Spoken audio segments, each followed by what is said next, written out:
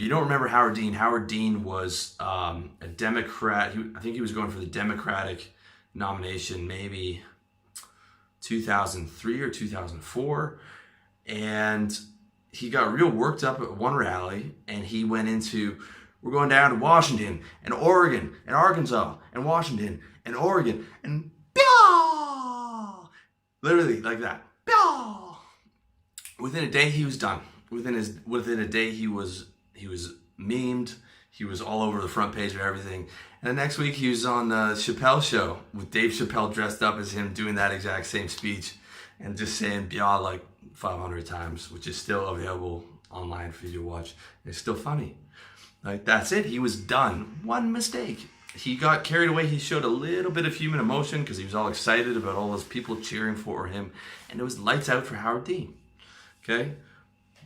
People say they want an honest politician, but that's the last thing they want.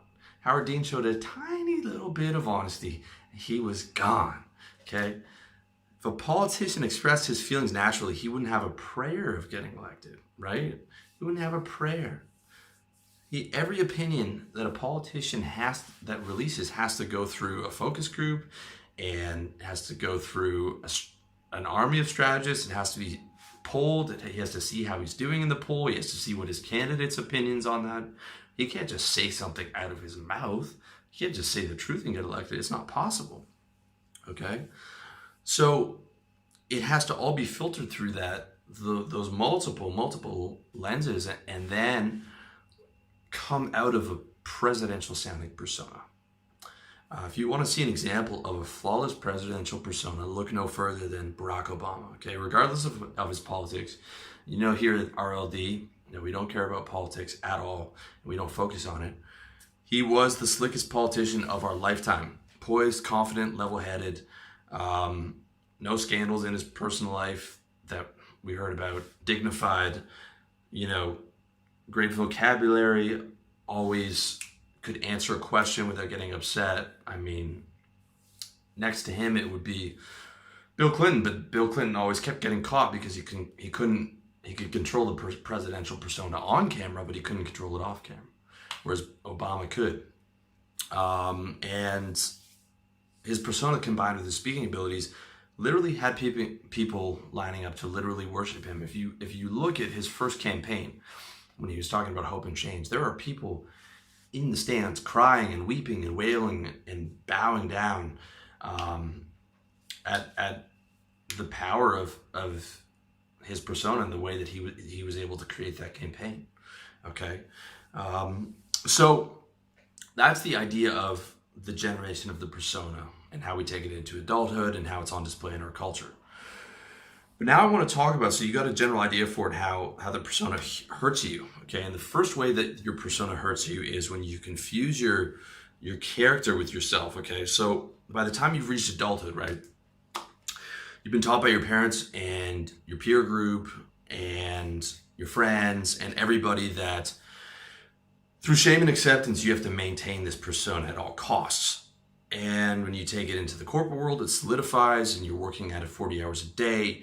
And the risk of slipping now is not just alienation, but it's loss of revenue. And the same applies to the sexual marketplace, right? If you can't scrap together a good persona, well, you're not getting sex and affection from women, okay? And on top of that, you're constantly presenting through the media of images of rock stars and CEOs and politicians and all these guys at the pinnacle of the game that you look up to. So, and that maybe perhaps you're trying to emulate, whether it's an actor or whoever, okay? So it's no wonder that many guys end up confusing themselves with their persona, with their character, adding beliefs to it and ideologies and identities and layers and layer on top of layer on top of layer, after having acted it for so long, it's just natural. Like you'll see so much of identitarian politics these days.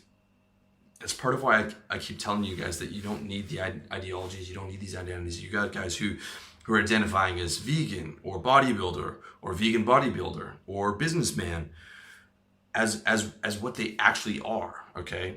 To the point where I've had a beer with a coworker. You can have a beer with a coworker and he's selling you on on his off time for his passion for initiating marketing initiatives, right?